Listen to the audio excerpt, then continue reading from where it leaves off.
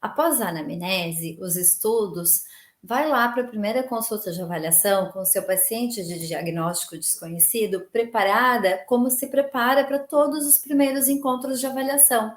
Tem um vídeo aqui onde eu falo sobre a primeira consulta de avaliação. Assista esse vídeo, talvez ele te ajude a planejar esse momento usando o elemento isca, como eu proponho lá. Pense na primeira consulta sempre agindo como nas outras. Esteja também mais disposto a se aproximar e estar completamente envolvido com aquele paciente. Observe ele, converse, seja empático. Vocês já viram aquele filme The Fundamentals of Caring, traduzido para o português como Amizades Improváveis? Se você não viu, eu aconselho que vocês assistam. Tem tudo a ver com o que eu estou te contando aqui hoje. No filme, é sugerido ao cuidador que lembre-se da palavra aloha, considerando o A como ask, pergunte, o L como listen, escute, O, observe, observe mesmo, hein? O H é help, ajude, e o ask again, pergunte de novo. E se for necessário, repita esse ciclo. Vamos relembrar. Aloha, A, ask, pergunte. L, listen, escute. O, observe, observem. H, help, ajude. E A é ask again, pergunte de novo. E aí você repete esse ciclo. Ao se deparar com algo que é completamente desconhecido, estando envolvido com seu paciente, se nada der certo, lembra dessa palavrinha, aloha. Talvez só o que o seu paciente precise é que você esteja com ele, de verdade, envolvido com o que ele tem para te dizer e para te mostrar. Por algumas vezes na minha vida apareceram pacientes com diagnósticos desconhecidos, alguns nomes até muito estranhos, né? Algumas situações que eu nem imaginava que poderiam existir.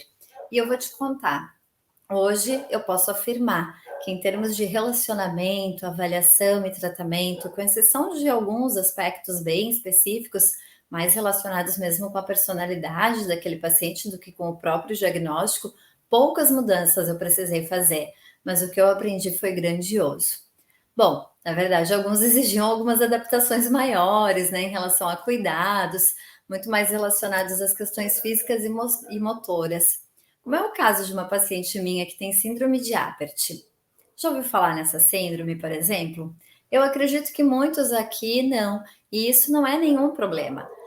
A síndrome de Apert é mesmo uma síndrome muito rara e ela é caracterizada por craniofacial estenoses e sindactilia múltipla.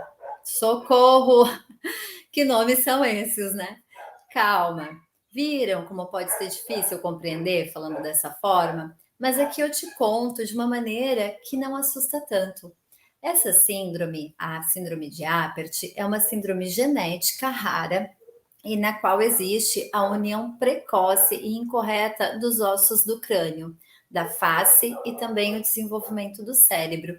Além disso, a sindactilia múltipla significa a união dos ossos dos dedos. Então, todos os dedos de mãos e de pés, eles ficam unidos.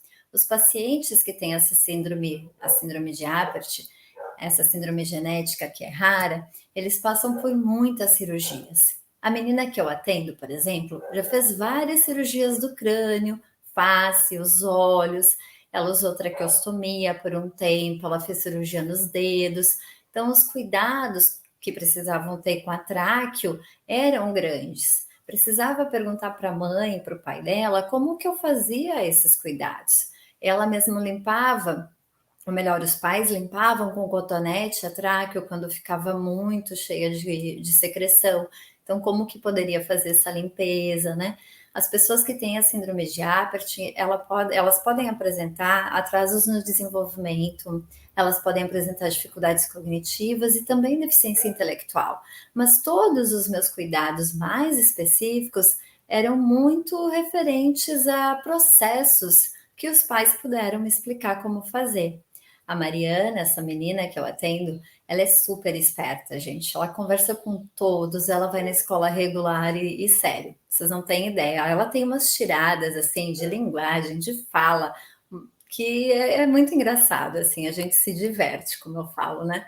Ela tem umas falas que são surpreendentes.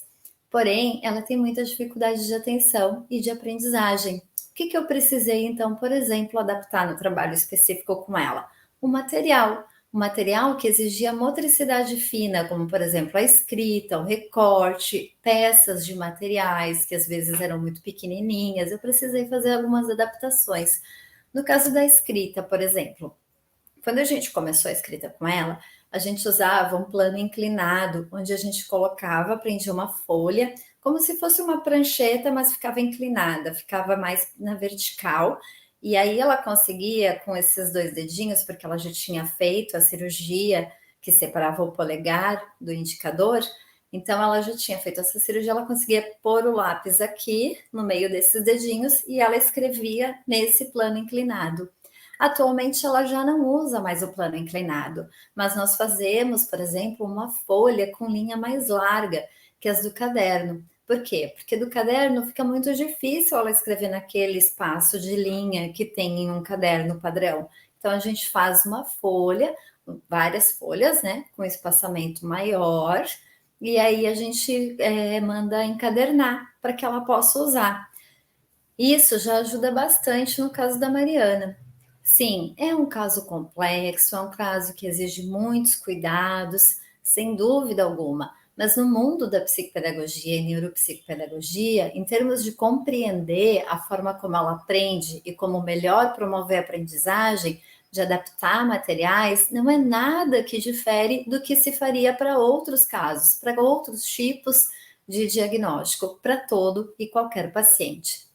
Ah, e eu não posso deixar de citar, gente, o que mais prejudica funcionalmente a Mariana, no que se refere à aprendizagem, é a dificuldade de atenção focada e sustentada. Aliás, ela é daquelas pessoas, sabe, que prestam atenção em tudo ao mesmo tempo e não foca em nada. Mas nossa, ela sabe de tudo, mas o que é o foco ali, ela se perde.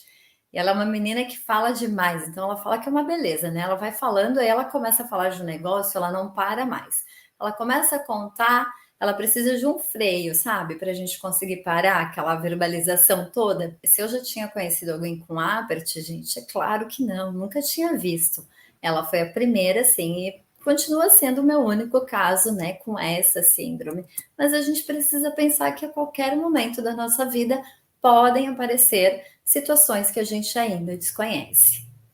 Por essa história, por outras histórias que eu te conto, um diagnóstico desconhecido não precisa e não deve, de maneira alguma, ser motivo de desespero, né? Para que você estudou? Qual a função de uma psicopedagoga e uma neuropsicopedagoga? É exatamente o que você deve seguir fazendo para qualquer e toda pessoa que chegar até você.